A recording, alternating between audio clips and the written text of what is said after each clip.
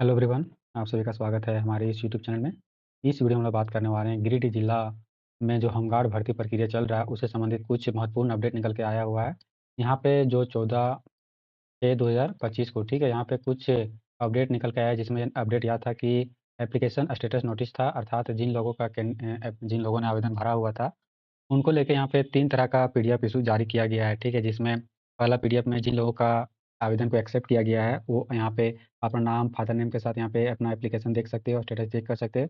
वहीं जिन लोगों ने अपना आवेदन में कुछ त्रुटिपूर्वक था, यानी कि फॉर्म भरते वक़्त यदि आपने फॉर्म में किसी प्रकार की गलती किया हो या फिर डॉक्यूमेंट अटैच करने में कोई दिक्कत हुआ होगा या फिर जो कंप्लीट डॉक्यूमेंट होगा उसको आप जमा नहीं किए होंगे, उस स्थिति में आपका जो एप्लीकेशन है वो एरर एप्लीकेशन के श्रेणी में रखा गया है, ठीक है?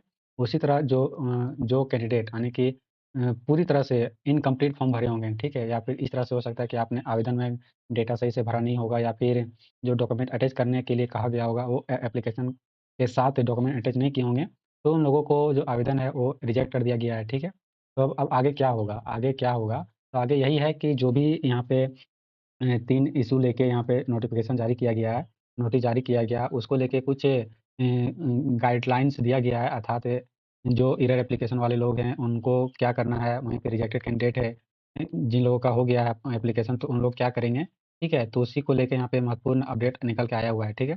तो सबसे पहले यहाँ पे देख सकते हैं सभी उम्मीदवारों से अनुरोध है कि वे आवेदन स्थिति जाँच के लिए सबसे पहले तो आप लोगों को पीडीएफ में अपना तीनों पीडीएफ में अपना नाम जाँचना है पिता के नाम के साथ और वहाँ पे क्या आपका किस श्रेणी में आ रहे हैं। त्रुटिपूर्ण श्रेणी में आ रहे हैं या फिर अस्वीकरनी या स्वीकृत श्रेणी में आ रहे हैं, यानी कि एरर श्रेणी में आप आ रहे हैं या फिर रिजेक्टेड श्रेणी में आ रहे हैं, ठीक है? तो आप इतना तो चेक करना होगा। उसके बाद यहाँ पे जो समय सीमा दिया गया है अर्थात डेट दिया गया है कि इस तिथि से इस तिथि तक आपको एड्रेस दिया गया है, वहाँ पे आपको जाना होगा प्रॉपर डॉक्यूमेंट के साथ, तभी आपका एप्लीकेशन को कंसीडर किया जाएगा या फिर वो भी पूरी तरह से रिजेक्ट कर दिया जाएगा, ठीक है? इससे संबंधित जो भी अपडेट आप पाना चाहते हैं या फिर मिलता रहेगा, तो उसके लिए आप क्या करेंगे हमारे सरकारी डायरी जो व्हाट्सएप चैनल है, ठीक है? आप इसको जॉइन कर सकते हो, व्हाट्सएप चैनल को जॉइन कर सकते हो। तो उसके लिए हमारे वेबसाइट में जाना होगा झारखंड-रिजल्ट.in जब यहाँ पे जाओगे, तो आपको कोना में देख सकते हैं जॉइन चैनल का ऑप्शन दिखेगा या फिर पोस्ट के बगल में ही, नीचे में ही व्हाट्सएप चैनल और टेलीग्राम चैनल का ऑप्शन दिखेगा। आप यहाँ पे इसको क्लिक करोगे, देन व्हाट्सएप खुलेगा और वहाँ पे चैनल पॉपअप होगा, नीचे फॉलो चैनल का ऑप्शन आएगा, आप वहाँ पे क्लिक करोगे तो आपको फॉलो करने का ऑप्शन दिखेगा और वहाँ पे क्लिक करोगे क्या होगा आप फॉलो कर लेंगे और जो भी अपडेट निकल के आएगा इससे संबंधित या फिर झारखंड राज्य से जो भी महत्वपूर्ण अपडेट निकल के आती है एजुकेशन से संबंधित, परीक्षाओं से संबंधित, तो वहाँ पे आपको जानकारी मिलता रहेगा, ठीक है? अब हम लोग नीचे देखते हैं कि क्या है और भी महत्वपूर्ण अपडेट या फिर पीडीएफ हम कैसे डाउनलोड कर सकते हैं और नोटिस को भी पढ़ने का प्रयास करते हैं, ठीक है? जब यहाँ पे नीचे स्क्रॉल करोगे तो यहाँ पे देख सकते हैं ब्लॉक वाइज़ करके यहाँ पे सब कुछ दिया गया है। क्या दिया गया है ब्लॉक वाइज़ यहाँ पे दिया गया है जानकारी। जैसे यहाँ पे बगोदर प्रखंड, है ना? बगोदर प्रखंड का यहाँ पे एक्सेप्टेड कैंडिडेट का पीडीएफ यहाँ पे डाउनलोड कर सकते हैं। वहीं जो रिजेक्टेड या फिर सॉरी एरर एप्लीकेशन जिन लोगों का कैंडिडेट है, यहाँ पे डाउनलोड करके अपना नाम चेक करोगे। यदि यहाँ पे नहीं मैच कर रहा है, तो यहाँ पे आप देखोगे एंड देन जो दिशा निर्देश दिए गए हैं, उसको पालन करते हुए आपको वहाँ पे जाना होगा एड्रेस पते पे जहाँ पे आपको बुलाया जाएगा। उसी तरह यहाँ पे जो गिरिडीह जिला के जितने भी ब्लॉक हैं, ठीक है? सब ब्लॉक का यहाँ पे डेटा दिया गया है, पीडीएफ आप यहाँ पे डाउनलोड कर सकते हो। आप जिस भी ब्लॉक से बिलॉन्ग करते हो, है ना? तो यहाँ पे जैसे कि मैं एक पीडीएफ आपको ओपन करके दिखा देता हूँ कि क्या है।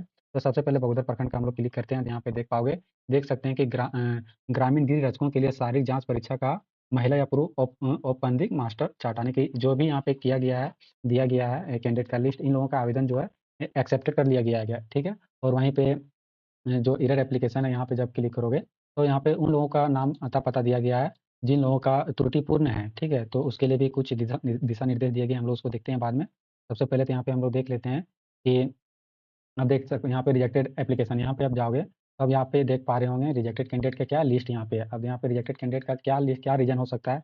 सबसे पहले तो यहाँ पे देख सकते हैं रीज़न करने का कारण क्या है, यहाँ पे साफ-साफ दिख रहा है, कोई प्रमाण पत्र संलग्न नहीं किए अर्थात जो कैंडिडेट है संतोष कुमार पासवान या फिर जो भी कैंडिडेट यहाँ पे नीचे लिखा हो गया है उनका नाम, तो यहाँ पे क्या रीज़न करके यहाँ पे रिजेक्ट किया गया कि आवेदन भरते वक़्त उन लोगों ने कोई भी प्रमाण पत्र अटैच नहीं किया गया है, ठीक है? उम्र कम है अर्थात यहाँ पे जो आयु सीमा जो निर्धारित था ऐज, ठीक है? उससे कम है।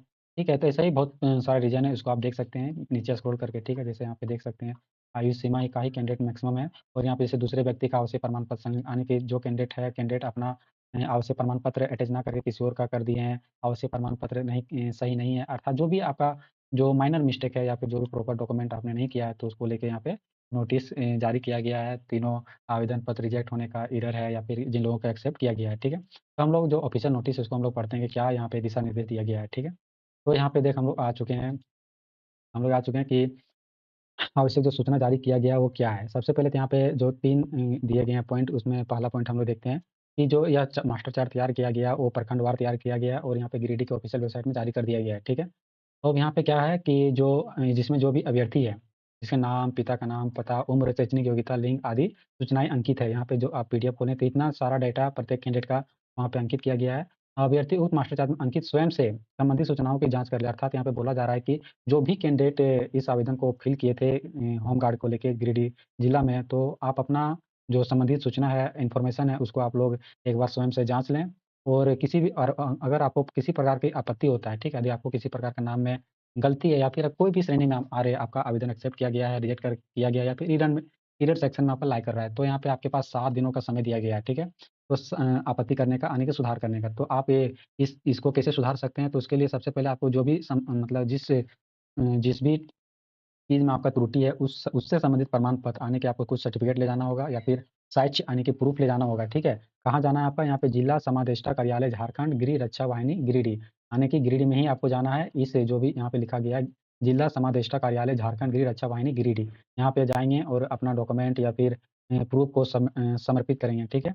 यदि समीक्षा में आपत्ति सही पाई जाती है, यानी कि आप जो दावा करेंगे वो सही पाया जाएगा, तो आवश्यकता अनुसार मास्टर शीट में, यानी कि जो मास्टर चार्ट यहाँ पे जारी किया गया, उसमें सुधार किया जाएगा। ध्यान रहे कि जो भी प्रकाशित आने की 7 तारीख को प्रकाशित किया गया है, तो उसे उसके आगे 7 दिन तक आपको वहाँ पे जाके सब कुछ कर लेना है, अदरवाइज़ यहाँ पे कोई विकल्प नहीं होगा। आप जो भी श्रेणी में आपका एप्लीकेशन रद्द भी किया जा सकता है। यदि आप किसी तरह से सिलेक्ट एप्लीकेशन एक्सेप्टेड है और आप सेलेक्ट भी हो जाते हैं, तो बाद में जाके आपको त्रुटि हो सकता है, आपको दिक्कत का सामना करना हो सकता है। क्यों हो सकता है? जब भी आपका मान लीजिए डॉक्यूमेंट वेरिफ़िकेशन होगा, आपका जो ओरिजिनल डेटा है डॉक्यूमेंट में जो आवेदन में आपने फिल अप किया है, वहाँ पे मिसमैच होगा तो ऑब्वियस की बात है कि आपका कुछ भी कहा नहीं जा सकता है कि वहाँ पे उस वही पैनल डिसाइड करेंगे क्या है, क्या नहीं है। अब हम लोग दूसरा पॉइंट बिंदु पे बात करने वाले हैं।